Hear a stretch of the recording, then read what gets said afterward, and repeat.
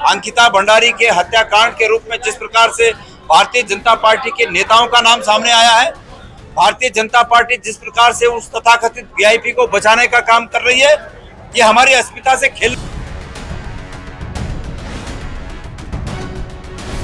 गणेश गोदियाल ने भरी हुंकार, बीजेपी पर गोदियाल का वार।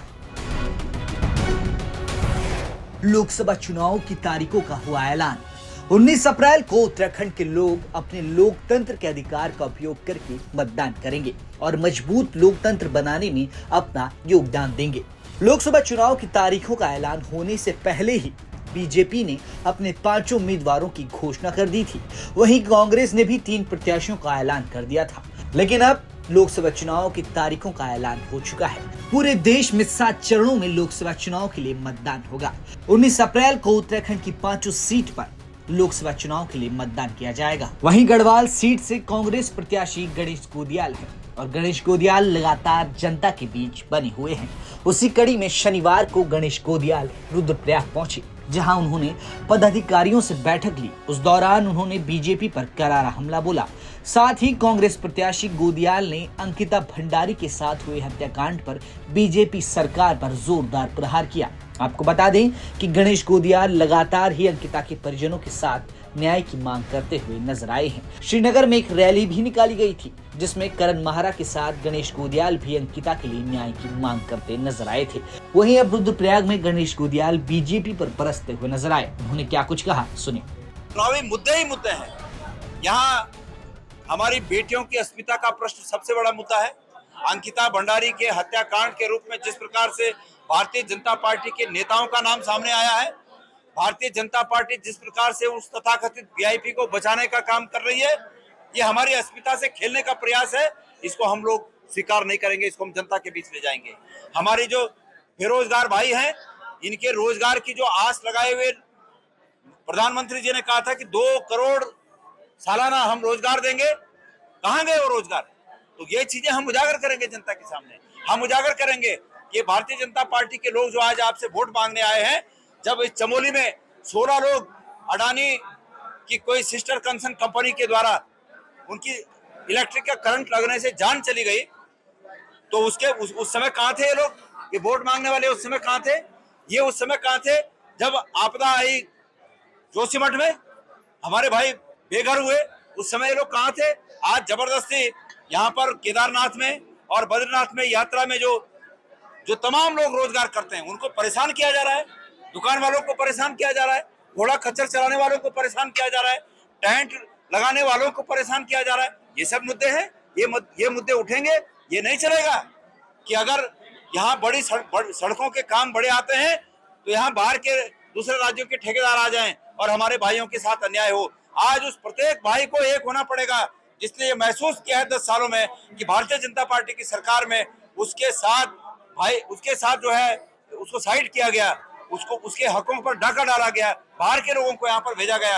आपको जानकारी होगी, मीडिया को जानकारी होगी कि तमाम जो बड़े ठेकेदार हैं इस प्रदेश में काम करने वाले, वो अधिकांश गुजरात प्रदेश से हैं, प्रधानमंत्री के अपने प्रदेश से हैं। मैं प्रश्न पूछना चाहता हूं आपके माध्यम से प्रधानमंत्री जी को कि प्रधानमंत्री जी, आपने बड़े बड़े लोगों के लोन माफ किए, वो अधिकांश लोग तो आपके प्रदेश के हैं।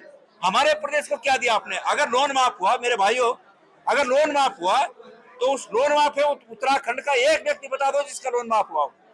अधिकांश लोग गुजरात के हैं, कुछ का लोन माफ हुआ और कुछ लेके विदेश भाग गए। तो क्या मोदी थे वो?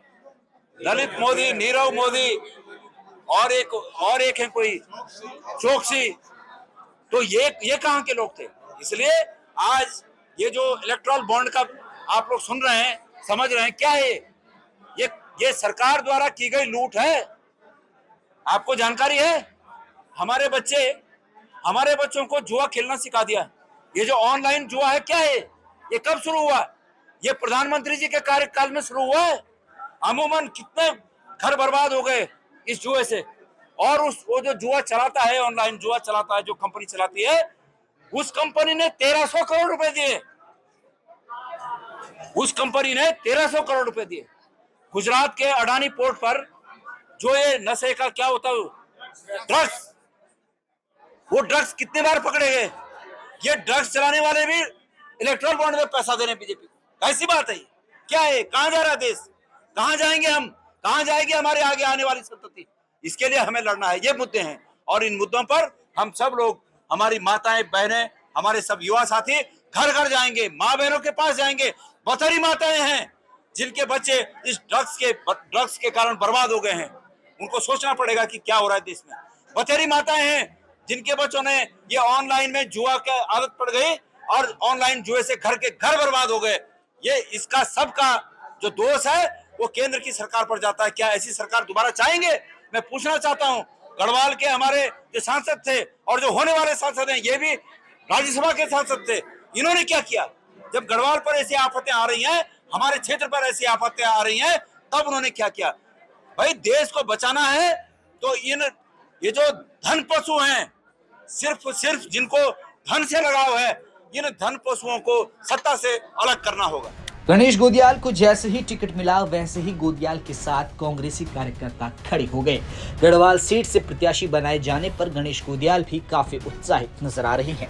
आपको बता दें कि बीजेपी ने गढ़वाल सीट से अनिल बलूनी को प्रत्याशी बनाया है। वहीं अब अनिल बलूनी भी गढ़वाल में सक्रिय हो गए हैं। यानी साफ है कि गढ़वाल सीट पर कांटे का मुकाबला होने वाला है। गणेश गोदियाल लगातार ही बीजेपी को घेर रहे हैं। वहीं गोदियाल ने वोट मांगने के लिए कई मुद्दों को उठाया है। अब देखना होगा कि उत्तराखंड की जनता 19 अप्रैल को किस उम्मीदवार को वोट देकर संसद पहुंचाती है। आपको क्या लगता है गढ़वाल सीट पर कौन सा उम्मीदवार जीतेगा? कमेंट करके जरूर बताएं।